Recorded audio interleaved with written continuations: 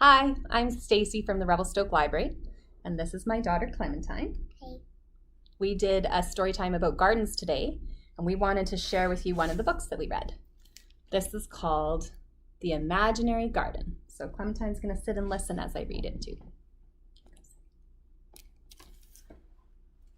This book is by Andrew Larson, illustrated by Irene Luxbacher.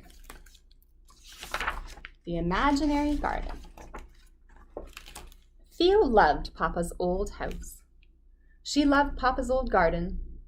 Papa used to tell Theo all about the different flowers while they sat together under the maple tree. Papa's new apartment didn't have a garden. "Are you going to put flowers out there on the balcony?" said Theo one day. "I think it's too windy for flowers," answered Papa. "What about plastic flowers?" suggested Theo. "We can fill the whole balcony." Said Papa. "Then it would be a plastic garden."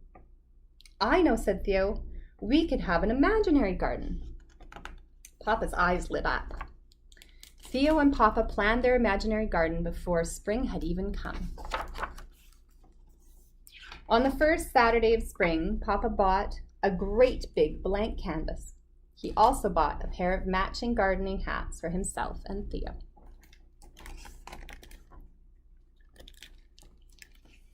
Theo looked at the canvas. "What should we do first?" she asked. "Let's put a stone wall at the back of the garden," answered Papa. "The vines will need to hold on to something as they reach for the sun." Papa got out his paints. He mixed a bit of white and a bit of black. Together, they made gray. Stroke by stroke, stone by stone, Papa built a wall. It stretched from one side of the garden to the other. Above the stone wall, Theo painted a soft blue sky. Then Papa mixed green, some red, and blue. Together, they made brown. He spread the paint at the foot of the wall, creating a bed of soil. "There, that's enough work for one day," Papa said. "Next time we'll be ready to do some planting." "Papa, I love gardening with you," said Theo. "And I love gardening with you, Theo," said Papa. On Monday afternoon, Papa and Theo went back into the garden. "The garden is waking up after a long winter," said Papa as he dipped his brush into the green paint. He painted tiny stems. "The first flowers coming up are crocuses," he continued. "And look at the bluebells." Papa dotted the crocus stems with little drops of color, yellow, purple, white. Theo dotted the bluebell stems with little drops of color, blue, blue, blue. "Now what, Papa?" asked Theo.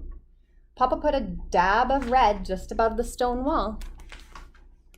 He added a small dab of brown. There was a head. Then he swept around the red with brushes of brown. There was a tail. Then there was a wing. Next, he made 3 neat little dots of yellow. 1, 2, 3. There was a beak. And there was a pair of skinny legs. Then he added a single black dot. That was the eye. "It must be spring. A robin has come to visit our garden," said Papa. "Look, he's having lunch," said Theo. She painted a tiny pink earthworm in the robin's beak. "He's not the only one who's hungry," laughed Papa. "Let's get ourselves some lunch too." A few weeks later, Papa prepared to leave on holiday. He asked Theo to look after the garden. "But Papa, how will I know what to do?" Theo worried. She had never gardened by herself before. "Well, the tulips and the daffodils should blossom while I'm away," said Papa. "And the vines should begin to climb up the rock wall." He kissed her on each cheek. "Don't fret, Theodora. When you see the garden, you'll know what to do." On Sunday morning, Theo looked into the garden. The crocuses and bluebells were gone. The garden had filled with a new growth of stems, and the vines had begun their climb up the stone wall, just like Papa said they would. Theo put her gardening hat on and picked up a paintbrush. She knew just what to do.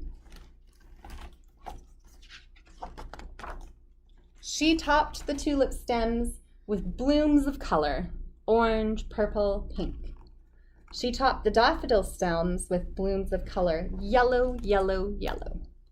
But something was missing. Then Theo remembered, blue, blue, blue, forget-me-nots, Papa's favorite flower. But still there was something missing. Theo thought and thought. Then, smiling, she added a few dashes to the back of the garden wall against the gray stone. There, she said. Oh, what were those dashes? What did she add? Some chairs. Nice. Theo could hardly wait until Papa returned from his holiday. The end. Oops.